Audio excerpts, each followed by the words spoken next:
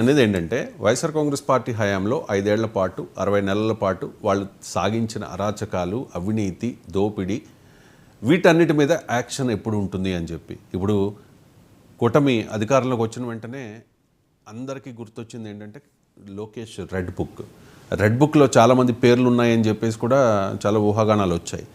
దానిలో ఫస్ట్ వల్లభనేని వంశీ, లోకేష్ గారి తల్లిగారిని పవిత్రమైన దేవాలయం లాంటి అసెంబ్లీలో అనరాని మాటలు అన్నందుకు, లోకేష్ పుట్టుకను అపహాస్యం చేసినందుకు, తర్వాత కొడాలి నాని, తర్వాత జోగి రమేష్, ఎందుకంటే ఆయన మంత్రి పదవి కోసం జగన్మోహన్ రెడ్డి మెప్పు పొందేందుకోసం ఉండవల్లిలోని చంద్రబాబు నాయుడు గారి నివాసం మీదకే దాడి చేయడానికి వెళ్ళారు. ఇంకా ఇలా లిస్టు చూసుకుంటే కనుక రోజా గారు అంటే ఒప్పుకోరేమో మీరు.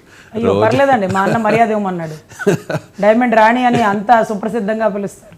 రైట్. రోజా, గుడివాడ అమర్నాథ్, అంబటి రాంబాబు, పేర్ని నాని, బైరెడ్డి సిద్ధార్థ రెడ్డి, ఏంటి సీదిరి అప్పలరాజు, ఇంకా చాలా పెద్ద లిస్టే ఉంది కదా, వెల్లంపల్లి శ్రీనివాస్, ఇలాగా. అంటే వీళ్ళందరి మీద కూడా అంటే వాళ్ళు తప్పు చేశారు అని చెప్పి ఎన్నికల ప్రచారంలో మీరు అన్నారు కాబట్టి, మీరు అధికారంలోకి వచ్చి 2 నెలలు అయింది కాబట్టి ఇప్పటివరకు వాళ్ళ మీద యాక్షన్ ఎందుకు లేదు అనేది గోపి గారి ప్రశ్న. నాకు అర్థమైంది అది.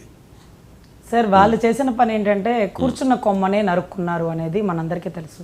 అంత గొప్ప 151 సీట్ల మెజారిటీ ప్రజలు కల్పిస్తే అమరావతిని డెవలప్ చేసి, పోలవరాన్ని పూర్తి చేసి, రాష్ట్ర బిడ్డల భవిష్యత్తు గొప్పగా తీర్చిదిద్ది, డిఎస్సి రిలీజ్ చేసి ప్రజలందరికీ అందుబాటులో సేవను అందిస్తే మళ్ళీ కూడా కొనసాగేవాడేమో. ఆ అవకాశాలు లేకుండా ఆయన నిరంకుశ పరిపాలన స్టార్ట్ చేశారు. దాని ఎఫెక్ట్ ఎలా ఉందంటే ఈరోజు లోటు బడ్జెట్లోకి వెళ్ళిపోయింది. మీరు ఇంకా 2 నెలలు అయింది, ఎందుకు యాక్షన్ తీసుకోలేదంటే, అసెంబ్లీ అంటే నాకు role model sir Tarimela Nagireddy గారు అని. ఆయన ఊరి పేరు తరిమెల, ఆయన ఇంటి పేరు ఏంటో మాకు తెలియదు. తరిమెల నాగిరెడ్డి గారు తాకట్టులో భారతదేశం అనే బుక్ రాశారు. ఆయన అంటారు అసెంబ్లీని అదేంటిది బాతకాన్ని సెంటర్లు అంటారు, చేపల మార్కెట్లు అంటారు. కూర్చొని మాట్లాడుకుంటే ఏమొస్తుంది, యాక్షన్ తీసుకోగలిగితే తీసుకోండి, లేకపోతే బయటకు వచ్చేయండి అంటారు. ఇప్పుడు కూడా అదే జరుగుతుందేమో అనిపించింది రాష్ట్ర ప్రజలకి. కృష్ణార్జున్ లాంటి వ్యక్తుల్ని అసెంబ్లీకి పంపిస్తే కురుక్షేత్రం చేయాల్సింది పోయి భగవద్గీతలో ప్రసంగాలు మనకు చెప్తున్నారేంటి? అంటే పసుపు చొక్కాలు రోడ్ల మీద ఇప్పించి కొట్టినప్పుడు వాడి పరిపాలన ఎలా ఉందో మాకు తెలియదా? లేకపోతే ఆడబిడ్డల్ని అవమానపరుస్తున్నప్పుడు మాకు తెలియదా? డాక్టర్ సుధాకర్ గారు మాస్క్ అడిగినందుకు ఆయన ఎందుకు చేశాడో పిచ్చివాడిగా చేసి నడి రోడ్డు మీద కూర్చోబెట్టినప్పుడు మాకు తెలియదా? ఇవన్నీ చేయాల్సింది చేశారు సార్. బస్సు హార్న్ కొడితే డ్రైవర్ని దిగదిప్పి ఎవరన్నా కొడతారు సార్, ఒక పెద్ద వయసు గల వ్యక్తిని. సో ఇవన్నీ కూడా జరిగినాయి సార్. ఇక యాక్షన్ ఎప్పుడు?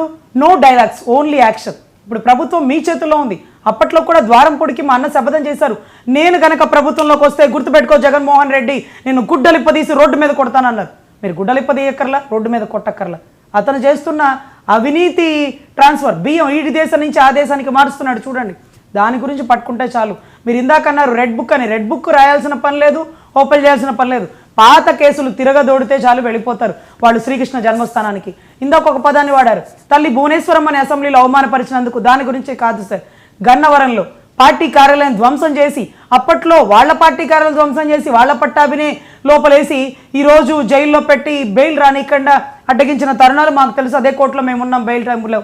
సో ఇప్పుడు కూడా ఆ కేసులో తిరగదోడారు సార్. ఇకపోతే కొడాలి నాని, యాలుక్క నాయుడు, లవంగ నాయుడు, ఖర్జూరపు నాయుడు అంటారు. మరి ఆయన ఎందుకు ఇంకా అరెస్ట్ చేయట్లేదు, ఉపేక్షిస్తున్నారంటే వాళ్ళు మాట్లాడిన మాటలకి అరెస్ట్ చేస్తే దాన్ని కక్ష సాధింపు అంటారు. అది మాకొద్దు. మొరిగేవారు మొగురుతారు. ఎందుకంటే విమర్శించేవారు ఉంటేనే మనం అత్యున్నతగా ఎదుగుతాం. కొట్టే ఉలికే తెలుస్తుంది శిల ఎలా శిల్పం అవుతుంది అంటే ఎన్నో దెబ్బలు వేస్తేనే శిల అనేది ఒక శిల్పం అవుతుంది.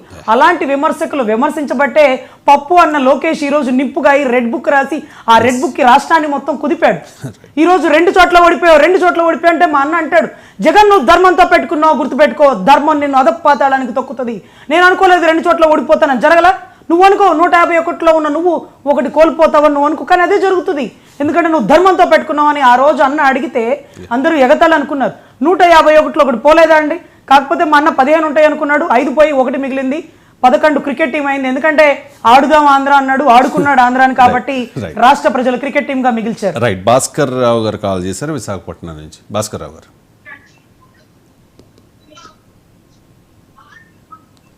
గారు, మాట్లాడండి. ఫోన్లో మాట్లాడండి. హలో. టీవీ చూడకండి, ఫోన్లో మాట్లాడండి. నమస్కారం అండి. నమస్కారం. డైరెక్ట్ పాయింట్ రండి. రజనీ మేడంతో మాట్లాడాలి. మాట్లాడండి.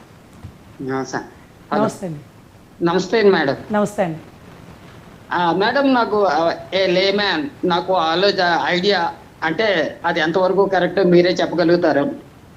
చెప్పండి. ఇప్పుడు ఆయన వేసిన ఏదైతే ఆత్మరక్షణార్థం ఏదో పెంచమని ఆయన సెక్యూరిటీ పెంచమని అడుగుతున్నారో ఈ ఇష్యూని ఆయన మీద అర్లియర్